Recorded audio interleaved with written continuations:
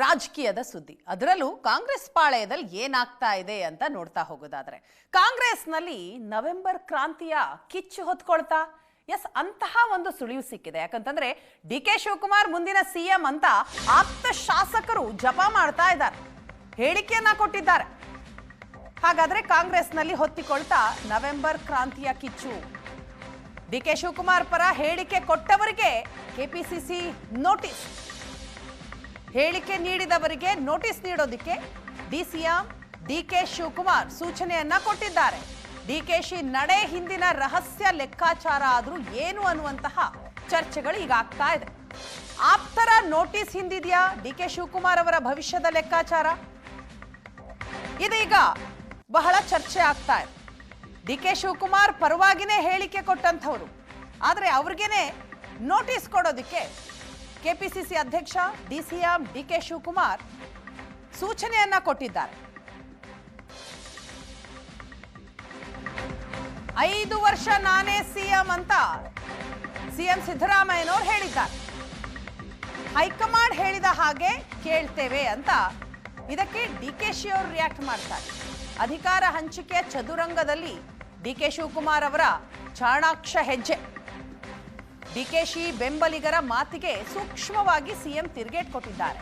ಪೂರ್ಣಾವಧಿಗೆ CM ಎನ್ನುತ್ತಲೇ ಹೈಕಮಾಂಡ್ನತ್ತ ಕಣ್ಹಾಯಿಸಿದ್ದಾರೆ. Siddu ಬಣ ಸುಮ್ಮನಿರುವಾಗ D K Shivakumar ಬೆಂಬಲಿಗರ ಬಹಿರಂಗ ಮಾತು. ಆದ್ರೆ ಡಿ ಕೆ ಶಿವಕುಮಾರ್ ಅವರು ಹೇಳೋದು, ಸರ್ಕಾರದ ಅಧಿಕಾರ ಹಂಚಿಕೆಯ ಬಗ್ಗೆ ನಾನು ಏನೂ ಕೂಡ ಮಾತಾಡಲ್ಲ, ಅದರ ಬಗ್ಗೆ ಚರ್ಚೆ ಮಾಡೋದಿಲ್ಲ.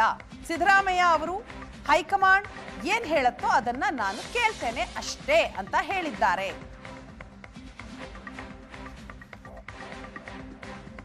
ಈ ವಿಚಾರಕ್ಕೆ ಸಂಬಂಧಪಟ್ಟ ಹಾಗೆ ಸಿಎಂ ಸಿದ್ದರಾಮಯ್ಯನವರು ಏನ್ ಹೇಳ್ತಾರೆ, ಡಿಸಿಎಂ ಡಿ ಕೆ ಶಿವಕುಮಾರ್ ಏನ್ ಹೇಳಿದ್ದಾರೆ, ಕೇಳಿ ಎರಡನ್ನು.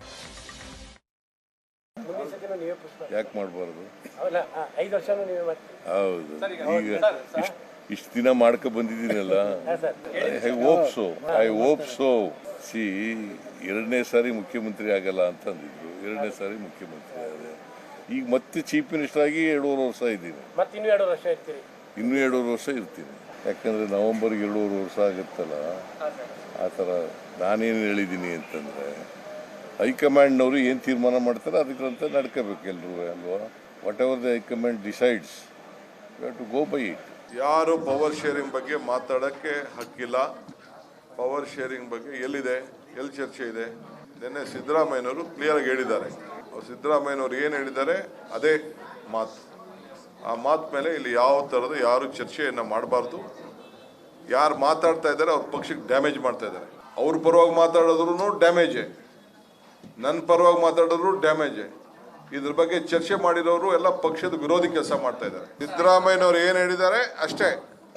ಅವ್ರು ಹೇಳಿದಾರಲ್ಲ, ಹೈಕಮಾಂಡ್ ಏನು ಹೇಳ್ತಾರೆ ಅದು ಕೇಳ್ತೀವಿ ಅಂತ. ಆ ರೀತಿ ನಾವೆಲ್ಲ ಕೇಳ್ಕೊಂಡು ಹೋಗುವಂಥವ್ರು ಶಿಸ್ತಿನ ಸಿಪಾಯಿಗಳು. ನಮಗೆ ಪಕ್ಷ ಇಂಪಾರ್ಟೆಂಟು. ಎಸ್, ತಮ್ಮ ಪರ ಬ್ಯಾಟಿಂಗ್ ಮಾಡಿದವರಿಗೂ ಕೂಡ ಡಿ ಕೆ ಶಿವಕುಮಾರ್ ನೋಟಿಸ್ ನೀಡೋದಕ್ಕೆ ಸೂಚನೆಯನ್ನ ಕೊಟ್ಟಿದ್ದಾರೆ. ಪಕ್ಷದ ಶಿಸ್ತಿನ ಸಿಪಾಯಿ ಎನ್ನುವ ಸಂದೇಶವನ್ನ ಕೊಟ್ಟಿದ್ದಾರೆ ಡಿಕೆಶಿ. ಹೈಕಮಾಂಡ್ ಮಟ್ಟದಲ್ಲಿ ಡ್ಯಾಮೇಜ್ ಕಂಟ್ರೋಲ್ಗೆ ಪ್ರಯತ್ನ ಪಡ್ತಿದ್ದಾರೆ. ಎಚ್ಚೆತ್ತು ತಮ್ಮ ಪರಮಾಪ್ತರಿಗೂ ಕೂಡ ಡಿ ಕೆ ಶಿವಕುಮಾರ್ ನೋಟಿಸ್ ಅಸ್ತ್ರವನ್ನ ಪ್ರಯೋಗಿಸ್ತಾ ಇದ್ದಾರೆ. ಮುನ್ಸೂಚನೆಯ ಕಾರಣಕ್ಕೆ ಬೆಂಬಲಿಗರಿಗೆ ಡಿ ಕೆ ಶಿವಕುಮಾರ್ ಖಡಕ್ ಎಚ್ಚರಿಕೆ ಕೊಟ್ಟಿದ್ದಾರೆ. ಎಲ್ಆರ್ ಶಿವರಾಮೇಗೌಡ, ಶಾಸಕ ರಂಗನಾಥ್ಗೆ ನೋಟಿಸ್ ಕೊಡೋದಕ್ಕೆ ಸೂಚಿಸಲಾಗಿದೆ. ಈ ಹಿಂದೆ ಸಿಎಂ ಬಣದವರಿಗೆ ನೋಟಿಸ್ ಕೊಟ್ಟಿರಲಿಲ್ಲ. ಈಗಲೂ ಡಿ ಕೆ ಶಿವಕುಮಾರ್ ಬೆಂಬಲಿಗರಿಗೆ ಮತ್ತೆ ನೋಟಿಸ್ ಅನ್ನ ಕೊಡೋದಕ್ಕೆ ನಿರ್ಧರಿಸಿದ್ದಾರೆ. ಇಕ್ಬಾಲ್ ಹುಸೇನ್, ಶಾಸಕ ಬಸವರಾಜ್ ಶಿವಗಂಗಾಗೆ ನೋಟಿಸ್ ಕೊಡೋದಕ್ಕೆ ಸೂಚನೆಯನ್ನ ಕೊಡಲಾಗಿದೆ. ಹೈಕಮಾಂಡ್ ಮಟ್ಟದಲ್ಲಿ ಡ್ಯಾಮೇಜ್ ಕಂಟ್ರೋಲ್ಗೆ ಪ್ರಯತ್ನ ಪಡ್ತಾ ಇದ್ದಾರೆ. ಇನ್ನು ಕುಣಿಗಲ್ ರಂಗನಾಥ್ ಹಾಗೂ ಶಿವರಾಮೇಗೌಡ ಅವರು ಕೂಡ ಇದಕ್ಕೆ ಸಂಬಂಧಪಟ್ಟ ಹಾಗೆ ಮಾತನಾಡಿದ್ದಾರೆ, ಕೇಳಿ. ಡಿ ಕೆ ಶಿವಕುಮಾರ್ ಅವರು ಮುಖ್ಯಮಂತ್ರಿ ಆಗಬೇಕು ಅನ್ನೋದ್ರಲ್ಲಿ 2ನೇ ಮಾತಿಲ್ಲ. ಅದನ್ನು ತೀರ್ಮಾನ ಮಾಡೋರು ಯಾರು? ಹೈಕಮಾಂಡ್. ಹೈಕಮಾಂಡ್ ಅವರು ಯಾವಾಗ ಯಾವ ಹಂತದಲ್ಲಿ ಏನು ಮಾಡಬೇಕು ಅಂತ ಗೊತ್ತಿಲ್ಲ. ನನಗೆ ತಿಳಿದ ಮಟ್ಟಿಗೆ ಈ ನವೆಂಬರ್ನಲ್ಲಿ ಇದಕ್ಕೆ ಒಂದು ಅಂತಿಮ ಆಡ್ಬೋದು ಅಂತ ಕಾಂಗ್ರೆಸ್ ಪಕ್ಷ. DK ಶಿ ಅವರು CM ಆಗ್ತಾರೆ ಅಂತ ನಾವೆಲ್ಲ ಅಂದ್ಕೊಂಡಿದ್ವಿ. ನಮಗೆ ತಿಳಿದ ಮಟ್ಟಿಗೆ ಹೈಕಮಾಂಡಲ್ಲಿ 2.5 ವರ್ಷ ಅವರು 2.5 ವರ್ಷ ಇವರು ಅಂತ ಹೇಳಿದ್ರು ಹಾಗೆ ಆಗ್ತಾರೆ ಅನ್ನೋದು ನಮಗೆ ಒಂದು ಈ ಸಿಕ್ಕಿರ್ತಕ್ಕಂಥ ಮಾಹಿತಿ. ಇವತ್ತೇನಾದರೂ ಕಾಂಗ್ರೆಸ್ ಪಕ್ಷ 140 ಸೀಟ್ ತೆಗೆದುಕೊಂಡಿದೆ ಅಂದರೆ ಅವರ ಶ್ರಮ ಭಾಳಷ್ಟು ಶ್ರಮ ಇದೆ ಅನ್ನೋದನ್ನು ಪ್ರತಿಯೊಬ್ಬ ನಾಯಕರು ಹೇಳ್ತಾರೆ. ಏನು ರೈಸಿಂಗ್ ಸ್ಟಾರ್ DK ಶಿವಕುಮಾರ್ ಸಾಹೇಬ್ರೆ ಅನ್ನೋದು ಒಂದು ದಿನ ಅಲ್ಲ ಒಂದು ದಿನ ಅವರು ಮುಖ್ಯಮಂತ್ರಿ ಆಗಬೇಕು ಅನ್ನೋದು ನಾವೆಲ್ಲ ಅಪೇಕ್ಷೆ ಪಡ್ತೇವೆ. ಆಗ್ತಾರೆ ಅನ್ನೋದನ್ನು ನಾನು ಅನ್ಕೋತೇನೆ 100%. ಏನೇನು ನೋಡಿ, ಕೃಷಿ ಇದ್ದಂಗೆ ರಾಜಕೀಯ. ನೀವೆಷ್ಟು ಶ್ರಮ ಹಾಕಿ ಜನರ ಮಧ್ಯೆ ಹೋಗಿ ಅವ್ರ ಜೊತೆ ಸಹಕಾರ ಕೊಟ್ಟು ಅವರ ಸಮಸ್ಯೆಗಳನ್ನು ಬಗೆಹರಿಸೋಂಥ ಪ್ರಯತ್ನ ಮಾಡ್ತೀರಿ, ಅಷ್ಟೇ ರಿವಾರ್ಡ್ಸ್ ಬರುತ್ತೆ. ಅದನ್ನು ನಾನು ಹೇಳಲಿಕ್ಕೆ ನಾನು ಚಿಕ್ಕ ವ್ಯಕ್ತಿ ಆಗ್ತೀನಿ. ಅದನ್ನು ಹೈಕಮಾಂಡ್ ಅವ್ರ ನಿರ್ಧಾರ ತೆಗೆದುಕೋಬೇಕು. ಈಗ ಸದ್ಯದಲ್ಲಿ ನಮ್ಮ ಮುಖ್ಯಮಂತ್ರಿಗಳಾದ ಸಿದ್ದರಾಮಯ್ಯ ಸಾಹೇಬರು ಭಾರತ ರಾಷ್ಟ್ರಕ್ಕೆ ಒಂದು ಮಾದರಿಯಾದಂಥ ಕಾರ್ಯಕ್ರಮಗಳನ್ನು ಕೊಟ್ಟಿದ್ದಾರೆ. ಮುಂದಿನ ದಿನಗಳಲ್ಲಿ DK ಶಿವಕುಮಾರ್ ಸಾಹೇಬರು ಮುಖ್ಯಮಂತ್ರಿ ಆಯ್ತಾರೆ. ಎಸ್, ಶಿವರಾಮೇಗೌಡರು ಹಾಗೂ ಕುಣಿಗಲ್ ರಂಗನಾಥ್ ಅವರು ಕೊಟ್ಟಂತ ಈ ಹೇಳಿಕೆ ಹಿನ್ನೆಲೆಯಲ್ಲಿ ಈಗ ನೋಟಿಸ್ ಅಸ್ತ್ರವನ್ನ ಕೆಪಿಸಿಸಿ ಪ್ರಯೋಗಿಸ್ತಾ ಇದೆ. ಈ ಬಗ್ಗೆ ಡೀಟೇಲ್ಸ್ ಅನ್ನ ಕೊಡ್ತಾರೆ ನಮ್ಮ ಪ್ರತಿನಿಧಿ ಮಾರುತೇಶ್, ಇದೀಗ ನಮ್ಮ ಜೊತೆ ಸಂಪರ್ಕದಲ್ಲಿದ್ದಾರೆ. ಮಾರುತೇಶ್, ಕಾಂಗ್ರೆಸ್ನಲ್ಲಿ ಮುಖ್ಯಮಂತ್ರಿ ಬದಲಾವಣೆಯ ವಿಚಾರ ಮಾತನಾಡಬಾರ್ದು ಅನ್ನುವಂತಹ ಎಚ್ಚರಿಕೆ ಇದೆ. ಆದರೆ ಎಚ್ಚರಿಕೆಯ ಹೊರತಾಗಿಯೂ ಕೂಡ ಆಗಾಗ ಈ ರೀತಿ ಮಾತನಾಡುವಂತಹ ಬಾಯಿ ಬಿಡುವಂತಹ ನಾಯಕರುಗಳಿಗೆ ಈಗ ಮತ್ತೆ ಕೆಪಿಸಿಸಿ ನೋಟಿಸ್ನ ಅಸ್ತ್ರವನ್ನ ಪ್ರಯೋಗಿಸ್ತಾ ಇದೆ. ಇದು ಹೊಸದಲ್ಲ, ಯಾಕೆಂದರೆ AICC ಸೂಚನೆ ಕೊಟ್ಟ ಬಳಿಕವೂ ಕೂಡ ಈ ರೀತಿಯಾದಂತಹ ಹೇಳಿಕೆಗಳು ಬಹಿರಂಗವಾಗಿ ನೀಡ್ತಾ ಇರುವಂಥದ್ದು ಪದೇ ಪದೇ ರಿಪೀಟ್ ಆಗ್ತಾ ಇದೆ. ಈ ಹಿಂದೆ ಇಕ್ಬಾಲ್ ಹುಸೇನ್ ಮತ್ತು ಬಸವರಾಜ್ ಶಿವಗಂಗಾ ಇಬ್ಬರು ಕೂಡ DK ಶಿವಕುಮಾರ್ ಪರವಾಗಿ ಮಾತನಾಡಿದ್ರು. ನವೆಂಬರ್ನಲ್ಲಿ ಮುಖ್ಯಮಂತ್ರಿ ಆಗ್ತಾರೆ ಅಂತಲೇ ಅವರಿಬ್ಬರು ಕೂಡ ಮಾತನಾಡಿದ್ದಂಥದ್ದು. ಆಗಲೂ ಅವರಿಬ್ಬರಿಗೆ ನೋಟಿಸನ್ನು ಕೊಡಲಾಯಿತು. ಈಗ LR ಶಿವರಾಮೇಗೌಡ ಹಾಗೂ ಶಾಸಕರಾಗಿರುವಂಥ ಕುಣಿಗಲ್ ರಂಗನಾಥ್ ಇಬ್ಬರಿಗೂ ಕೂಡ ನೋಟಿಸ್ ಕೊಡಲಾಗಿದೆ. ಅಂದರೆ ಈ ವರ್ಷಾಂತ್ಯದಲ್ಲಿ ಕರ್ನಾಟಕದ ಕಾಂಗ್ರೆಸ್ನಲ್ಲಿ ಒಂದು ದೊಡ್ಡ ಮಟ್ಟದ ರಾಜಕೀಯ ಬೆಳವಣಿಗೆಗಳು ಶುರುವಾಗುತ್ತವೆ ಇದ್ರ ಮುನ್ಸೂಚನೆ ಅನ್ನೋದ್ರಲ್ಲಿ ತಪ್ಪಿಲ್ಲ.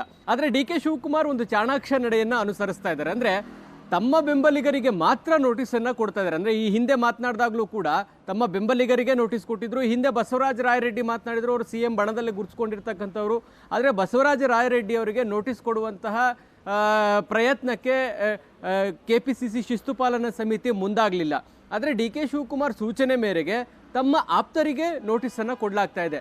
ಇದು ಏನು ಮೆಸೇಜ್ ಪಾಸ್ ಮಾಡ್ತಾ ಇದೆ? ಒಂದು, ಪಕ್ಷದ ಶಿಸ್ತನ್ನು ಮೀರುವಂತಹ ನನ್ನ ಬೆಂಬಲಿಗರಿಗೆ ಈ ರೀತಿಯಾಗಿ ನೋಟಿಸನ್ನು ಕೊಡ್ತೀವಿ, CM ಬಣದಲ್ಲಿರ್ತಕ್ಕಂಥವರಿಗೆ CM ಬುದ್ಧಿ ಹೇಳಲಿ ಅನ್ನುವ ಮನಸ್ಥಿತಿ ಮತ್ತು ಆ ರೀತಿಯ ಒಂದು ಮೆಸೇಜ್ DK ಶಿವಕುಮಾರ್ ಪಾಸ್ ಮಾಡ್ತಾ ಇದ್ದಾರೆ. ಇನ್ನೊಂದು, DK ಶಿವಕುಮಾರ್ ಅವರಿಗೆ ಗೊತ್ತು, ಇಲ್ಲಿ ಯಾರು ಏನೇ ಹೇಳಿಕೆಗಳನ್ನು ಕೊಟ್ಟರೂ ಕೂಡ ನಾಯಕತ್ವದ ಬದಲಾವಣೆ ವಿಚಾರಕ್ಕೆ ಸಂಬಂಧಪಟ್ಟ ಹಾಗೆ ತೀರ್ಮಾನ ಮಾಡಬೇಕಾಗಿರುವಂಥದ್ದು ಹೈಕಮಾಂಡ್. ಹೀಗಾಗಿ ನನ್ನ ವಾದ, ನನ್ನ ಆಕಾಂಕ್ಷೆಗಳೇನಿದ್ದಾವೆ ಅಥವಾ ನನ್ನ ಡಿಮ್ಯಾಂಡ್ಗಳೇನಿದ್ದಾವೆ ಅದೆಲ್ಲವನ್ನೂ ಕೂಡ ನಾನು ಇಲ್ಲಿ ಯಾರೋ ಮೂಲಕ ಹೇಳಿಸೋದ್ರಿಂದ ಅದು ಆಗಲ್ಲ ಅನ್ನುವಂಥದ್ದು DK ಶಿವಕುಮಾರ್ ಅವರಿಗೆ ಗೊತ್ತಿದೆ.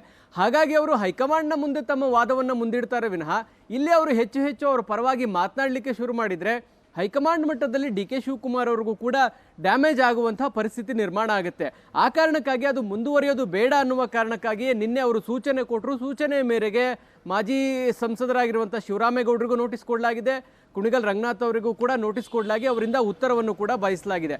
ಅಂದರೆ ಈ ಬೆಳವಣಿಗೆಗಳು ನಿರೀಕ್ಷಿತ ಅನ್ನೋದರಲ್ಲಿ ಯಾವುದೇ ಅನುಮಾನ ಇಲ್ಲ. ಆದರೆ ಬಹಿರಂಗವಾಗಿ ಸಿದ್ದರಾಮಯ್ಯ ಬಣದಲ್ಲಿರ್ತಕ್ಕಂಥ ಶಾಸಕರಾಗಲಿ ಸಚಿವರಾಗಲಿ ಮಾತನಾಡ್ತಾ ಇಲ್ಲ. ಅವರು ಸೈಲೆಂಟ್ ಆಗಿರುವಂಥ ಸಂದರ್ಭದಲ್ಲಿ DK ಶಿವಕುಮಾರ್ ಬೆಂಬಲಿಗರು CM ಆಗಬೇಕು ಅನ್ನುವಂಥ ಹೇಳಿಕೆಗಳು ನೀಡಿದಾಗ ನಯವಾಗಿಯೇ ಸಿದ್ದರಾಮಯ್ಯನವರು ಕೂಡ ಉತ್ತರವನ್ನು ಕೊಟ್ಟಿದ್ದಾರೆ.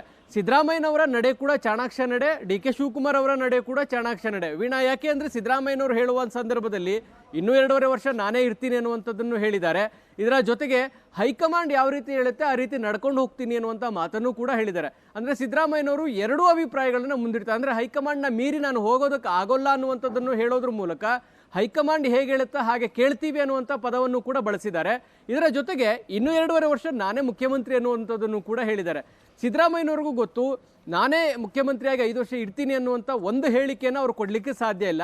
ಹೈಕಮಾಂಡ್ ಹೇಳ್ದಂಗೆ ಕೇಳ್ತೀವಿ ಅನ್ನುವಂಥ ಪದ ಬಳಕೆಯ ಜೊತೆಗೆ ಅವರು ತಮ್ಮ ಹೇಳಿಕೆಗಳನ್ನು ನೀಡ್ತಾ ಇದ್ದಾರೆ. ಅಂದರೆ ಅಧಿಕಾರ ಹಸ್ತಾಂತರದ ವಿಚಾರ ಇರ್ಬೋದು, ಮುಖ್ಯಮಂತ್ರಿಯ ಬದಲಾವಣೆ ವಿಚಾರ ಇರ್ಬೋದು, ಇಬ್ಬರಿಗೂ ಗೊತ್ತು ಹೈಕಮಾಂಡ್ ಈ ವಿಚಾರದಲ್ಲಿ ಸ್ಪಷ್ಟ ತೀರ್ಮಾನವನ್ನು ತೆಗೆದುಕೊಳ್ಬೇಕು. ಇಲ್ಲಿ ಯಾರು ಏನೇ ಮಾತನಾಡಿದ್ರು ಅದು ಡ್ಯಾಮೇಜ್ ಆಗುತ್ತೆ ವಿನಃ ಅದರಿಂದ ಯಾವುದೇ ಬದಲಾವಣೆ ಆಗಲ್ಲ ಅನ್ನುವಂಥ ಅರಿವು CMಗೂ ಇದೆ, DCMಗೂ ಇದೆ. ಹಾಗಾಗಿ ಅವರು ಇಬ್ಬರೂ ಕೂಡ ಒಂದು ಎಚ್ಚರಿಕೆ ಹೆಜ್ಜೆಯನ್ನ ಇಡ್ತಾ ಇದ್ದಾರೆ ವೀಣಾ. ಎಸ್ ಡೆಫಿನೆಟ್ಲಿ ಮಾರುತೇಶ್, ಇಬ್ರು ಕೂಡ ರಾಜಕಾರಣದಲ್ಲಿ ಪಳಗಿದ ಹುಲಿಗಳೇ.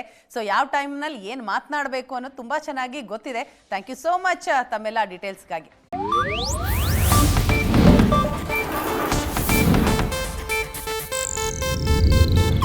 ಇದು ಏಷ್ಯಾನೆಟ್ ನ್ಯೂಸ್ ನೆಟ್ವರ್ಕ್ ಪ್ರಸ್ತುತಿ.